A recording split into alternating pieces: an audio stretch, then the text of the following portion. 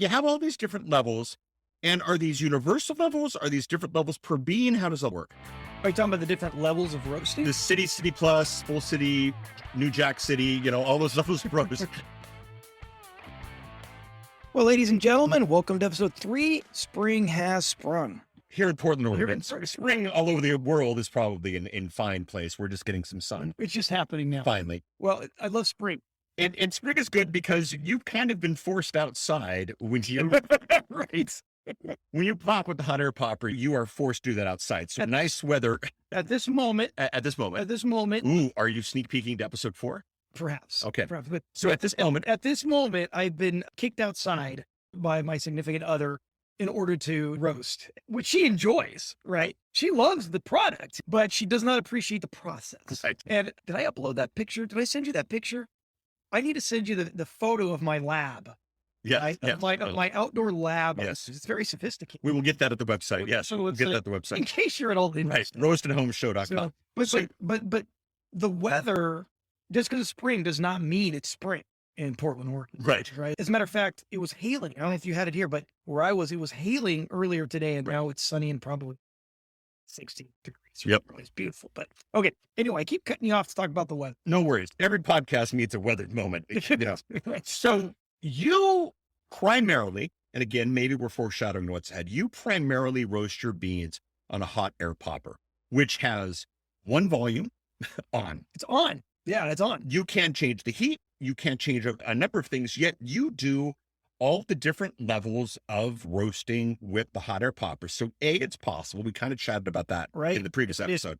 So when you roast with your hot air popper, what do you do and how do you get to the level that you want? And what are the levels that you want to get to? Right. Well, again, and this was new for me because for me, there was coffee. And then I learned like places like Starbucks or other places I go for my coffee, I'd give it some coffee. And then I heard there was different kinds of coffee for different regions. However, I didn't realize that even within those, there are different levels of roasting that people do. And I kind of learned this from you a little bit, Paul, and then a little bit from the directions that I received with the popcorn popper that I got. And so what I'm learning, and there's different levels, and different levels have different positives to them, different things that are advantageous. So as they're roasting, there's the level of city, and then there's city plus, and these are lighter roasts. And these levels are internationally understood levels of roasting. So this is not something you made up. You tell me, right? Yes. Okay. Yes. So as I start to roast, I get this green bean, and I take the butter dish that comes with the popper, which is about a half cup, put it in there, turn that sucker on, and you see the bean change from that green to kind of a yellowish, to kind of a caramel. And then you start getting to the brown color that people are used to and so on. So there's different levels. So there's the lighter levels. The first one you come to is city, that people consider drinkable coffee. And then there's city plus. And these are levels that you tend to have what they consider the origin flavors, right? In different regions of the world. That's so fancy. I learned this. Yes, okay. Right? So origin flavors. Origin flavor. I know, again, also a great band. As a primitive coffee drinker, I didn't know this existed, but this is the different beans have different flavors that come with the bean. Some are fruit, some are molasses, some are caramel, some are cinnamon. I'm reading about these different coffee beans that have all these unique flavors to it. You can taste at these lighter roast levels. Then there are levels such as full city. So you got city, city plus, full city. And then there's full city plus, full city right? Plus. And those are darker. And that is the level where you start to taste some of the roasty flavor. I'm not going to say burned, right? Because that's later, but the roasty flavor. So you're losing some of those origin flavors, the fruit, the cinnamon, all that you still have some of it with the full city and full city plus, but you're starting to get more of the roast flavor, the carbon. And then after that, we get to what Americans tend to be used to, which is called Vienna Roast. Then darker is the French roast. And that's kind of when you're starting to burn the coffee, you're starting to char it. But that's what Americans usually get, is that more Vienna, more French roast. And that's where you really taste that pure roast and where coffee, regardless of the bean, starts to taste the same. Am I wrong? Does this sound right to No, you? no, it totally sounds right. I'm just still impressed with the words. You were giving me a funny Yeah, look. yeah, no. Like you do that sometimes, and I think sometimes you think I'm wrong, and so I have to question myself. I go, am I right? So this is right, right? This is right. Okay. So you have all these different levels, and are these universal levels? Are these different levels per bean? How does that work? Are you talking about the different levels of roasting? The city plus, full city, New Jack City, all those levels of roast. My understanding is this is pretty common. I've read a number of websites, and most of them refer to these levels, but not necessarily all. Well, right? The levels are there, but I was saying, like, does every bean get to city plus the exact same way? I see what you're saying. Yeah. Right. Okay. Now here's where it gets fun for me. Here's the artisanal part of it. Right. I'm an artist. Yes. Right. You're a techie. Right. But I'm an artist. And so it really depends on a lot of variations. It depends a lot on how warm is it outside or inside. A lot depends on the bean itself.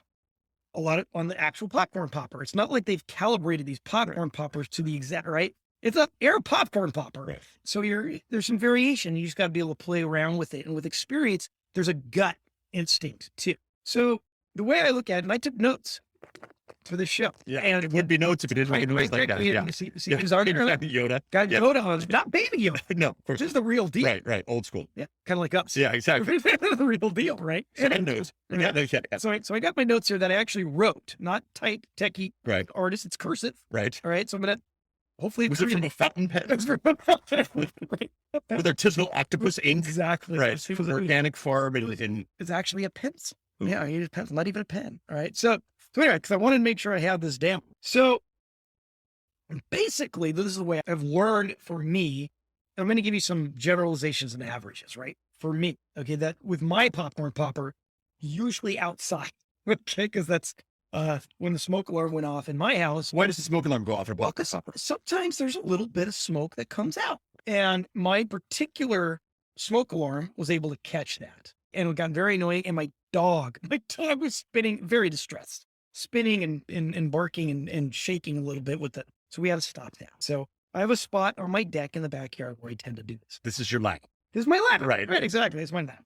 So basically what I find is if I fill up the green beans in that butter dish, half a cup. And you do so little because why? Because that's... Why would you just throw a whole pound in there? Right, because that's going to burn. That's going to scorch your coffee. That air popcorn popper can manage about a half cup of coffee. Because at about the half a cup, that's where it blows it and circulates and that kind of thing. When it's too heavy, then it's just hotter at the bottom and nothing at the top. Exactly, so you need that. Exactly. And also, it needs to be able to spin. So basically, you put it in and you flip on the on switch. You don't have to worry about any knobs or buttons, just that on switch, and it goes. And I know for me, with that half cup, you need those beans to be circulating and spinning. And the air does that, but it takes a little bit. So I usually take like a wooden spoon handle. Right. And I stir it in that direction. Just the beginning until, because that heat is going to start to remove the water. The water is going to start to evaporate in the bean. It's going to get lighter and soon it's going to spin on its own. What I would do is I would take the popcorn popper, just shake it, shake up and down until it got through and then it started spinning. I never used the wooden spoon. You can do that? Yeah.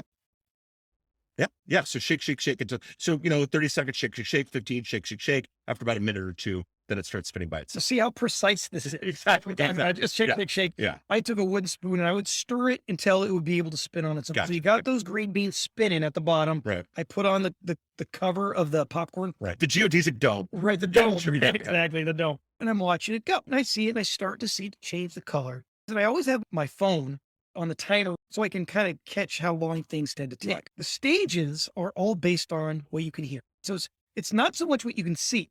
It's what you can hear, because after a certain period of time, and I would say usually for me, I find it between 3.5 minutes to about maybe 4.5, maybe that minute spread there into it, you hear that first crack. You'll hear the first crack. It's loud. It's crack. And then it kind of does it for a little while. I've read someplace and say the first crack can last 3 minutes. That hasn't been my experience. I don't know, about a minute and a half, maybe. I don't know. What do you think, Paul? Is that sound right? Well, a popcorn popper, yes. With the popcorn popper. Yeah. Okay, yeah. So I'd say for about a minute or so, you hear that crack, crack, crack, crack. That's the first crack. And be listening for that. Because how you like your coffee is going to start with that first crack. So I hear that first crack, and I wait for it to go. And then when it stops, when you stop hearing the crack, you have reached city roast. So that's the lightest level you want it to be. If you want to try a light coffee with those origin flavors, feel free to stop it there. And City Roast, if I remember correctly, and I could be wrong, and we're not going to edit this out either way, but is it like City Roast like the most caffeine? Do I have that right? I do not know the answer. Okay. All right. Keep going. All right. So, but that's kind of the lightest roast you're going to want it to be. So that's where you taste the most fruity origin flavors or whatever the bean has. I have found that I tend to like it a little bit darker than that. So I let it go for some time right before there's this thing called the second crack. Now, the second crack is a little different than the first crack. The first crack was really noticeable, really loud. Popcorn-like. Popcorn-like, yes. The second one's more like, I've heard it. Rice Krispies. Thank you. There we go. Rice Krispies. The crick, crick, crick, crick, Right. the snap, crackle, pop of Rice Krispies. You really got to be listening for that one. Okay. If there's a gap, then the Rice Krispies hit. Okay. And listening to it is important because there is the noise of the hot air popper. So it's not like you're in a silent room like we're recording this episode. So you have to listen to it. Second pop comes, sounds like snap, crackle, pop. Now, and I've usually been able to hear it pretty well, even with the popcorn popper going. Right. It's pretty noticeable, but it's lighter. And usually for the next level, which is City Plus, you want to stop that roaster right before you hear that second crack. For City Plus level, which is still on the light side, I would say that how are you supposed to know, right? That's something that experience does. It's this gut feeling. You go, boy, you don't want that second crack to start yet for the City Plus. It's been going for a little while. Maybe I'll stop it now. Okay. That's City Plus. Right. And you could, if you've done this a number of times before, same beans, same general temperature, you can begin to predict where it comes. If you're taking good notes. Again, and this is where the art and the hunch comes from that for me makes it fun. It's the inexact art of it. It's not a science. It's not a calculation. It's like, boy, I'll bet you it's about to start. But have fun with it. See how close you can get. So that's City Plus. Again, pretty light roast. Get a lot of origin flavors, but maybe a little more roast than the City. Now, when that second crack Rice Krispie crack starts, that's when you consider it full City. And if you want that full City, that third level, once you hear that snap, crackle, pop, turn it off. And that tends to be right now in this stage of my coffee journey where I tend to like stuff. Right. Okay. When I hear the pop, and we'll talk future with other tech and that kind of thing, I'm not always hearing the second crack, but that tends to be when we did the big thing at the coffee roaster downtown. That was exactly what we asked for. Love that Guatemalan coffee. And yeah, he was not in Guatemala. Yeah, exactly. He was in Guatemalan forest. Yeah. Exactly. That's full City. Okay. Now, for full City Plus, which is that fourth level I talked about, what you do is you hear that snap, crackle, pop of the second crack and let it go for a little bit. Not a lot. You don't want to keep it going because then it's going to start getting really dark. But, when you just entered that second crack, you hear a few pops, a few crackles. I'd say for a full City Plus, stop it soon after that. There's another term it's called coasting. Okay. Okay. Because what some people like to do is they turn off the air popcorn pop. And it's still warm in there, and you might hear some cracks as they slow down. Some people like to let it coast and have a few more cracks go before they actually pour it out. Up to you. Play with it, because I haven't gone too much further than that. And I like to pour the beans out pretty quickly. I have let it coast, but then I pour the beans out pretty quickly, and I pour it out into a colander, and I shake it around, letting it cool, getting out any chaff that's still in there, and that's that, right? So the next level, if you continue to roast it, gets darker. That's called Vienna. You may have heard of a Vienna blend. We're getting into what Americans are used to with Vienna. That's a pretty dark roast. It's going to be roasty flavor. You're not going to be tasting too much of the origin flavors. Then if you continue, then it gets into French roast, which is burnt. This is the Starbucks heavy roasting.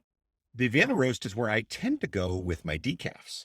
Okay. I need a little darker to give me something instead of the, caffeine. And I have found that too with some of the decaf. Some of the, I would call it vanilla, regular, generic decaf. I want more flavor, and it's going to be the roast flavor. Yeah. So I've got a little bit heavier with the decaf. Depends on the decaf. Yes. As a matter of fact, I ordered some Ethiopian decaf, and I did it at Full City, kind of lighter, and it was awesome. So yeah, it just depends on the decaf, I think. And so, Aaron, you got a lot of the experience from what you've been doing, but you got a lot of the terms from our friends at Sweet Maria's. And so if you look at the show notes for this episode 3, or you head out to the website for episode 3, we will link you to the Sweet Maria's reference for all this stuff. So that you're good to go. Yeah, they have a library on their website that has a lot of great information on the Sweet Maria's website. And one of the places I went to was a particular page I'll link, in the show notes, and some other places that you can check out as well. So you're done with the roast. Let's talk about that colander for a minute, because this is important and plays a little bit into what we'll be chatting about in the next episode. So why the colander? What does that do? Well, depending on the bean, there's chaff. There's a skin on the bean that through the heating process and the roasting, it's going to slough off and it's going to blow out of your air popcorn popper. Not all of it blows out. There's going to be some left over at the end. So one thing I want to do is I want to make sure that chaff is gone. You don't really want that in the coffee, in the grounds when you're actually making the coffee. So immediately I pour it out and I toss it a little bit and that cools down the beans. And that, right. So one thing it does, it blows out, right. It blows out the chaff, but also that's the cooling process. Paul, why don't you tell us a little bit about the cooling process and why that's so important? Well, as I understand it, once your bean's done, you don't want any more heat. Right. It's sort of like the way the French make scrambled eggs. The idea is you actually don't finish the scrambled egg on the pan. You actually take the egg off, and then the heat that's in there finishes up the scrambled egg. And that's why scrambled eggs are so dry. Right. Many times. And so the idea is once you are there, you want to cool that thing down as quick as possible. And so when we did the big roaster downtown, they had a whole cooling process, that whole cooling area. The thing we'll be chatting about next episode, which we'll head to, has a cooling thing. But when you're doing, obviously the at-home hot air popcorn popper doesn't have a cooling element to it. So you have to do that yourself. So it gets rid of the chaff, plus it slows it down. And the idea is you might get to the exact roast you want, but then the heat brings the rest of the coffee up to the next level. Right. So you don't want that. Right. So some of the way you could be a little precise is get it out of that air popcorn popper right away. Right. If you want it at that level, you turn it off. Don't wait. Just take off the dome, pour it into the colander. Right. And then the cooling process starts. Dome is hot, so you might want to have a pad or something. Right. Yeah. Yeah. Don't want to burn yourself. You might. Yeah. Take precaution. I have. Oh, so part of, we joked a little bit about the artistry at the beginning of this, but part of what your situation is you will have temperature outside, especially being Portland, could be any range of things. Right. That's going to affect stuff. Mm-hmm. And the beans are going to affect things. And so unlike a perfect home that's always at 74 degrees and you use the exact same brownie mix every time, exactly, it's 22 minutes. Mm-hmm. Even if you want to make the same cup of coffee every time, there's going to be a bit of variable that you're going to have to listen to, feel. And then also, as you play with the different roasts, there's going to be different listen to feels. There's no version of a brownie mix of a 22-minute version, the brownie mix, a 26-minute version, the brownie mix, and a 3-minute version. Well, yeah. And there's things you can do. A friend told me about this where he learned if it's colder outside, he found a box and he put the popcorn popper in the box. The box was around the size of the popcorn popper, so it insulated. So come up with ways to insulate that takes some of the variation. Right. That's something you can do. So cool the beans, be aware of the variation, pick your level, try different levels. So we went through the hot air popcorn process that Aaron goes through. The reason that him share most of it is that all he has right now. I have a couple of other toys that we'll chat about in future episodes. And speaking of that, we just ordered the popper from Sweet Maria's. And the popper is all the elements of the hot air popcorn popper. I think it's probably the same engine on the inside. With a couple of things that makes it interesting. We grabbed it, we played with it, we made 2 batches of beans, and we will give you our first thoughts on the next episode of Roast at Home. So if you are listening to this, make sure you subscribe or follow the Roast at Home show so the next episode comes out. It comes automatically to however you listen to this thing. Thank you, Aaron, for giving us insight into your world. And thank you, Paul, and everybody else out there. Happy roasting.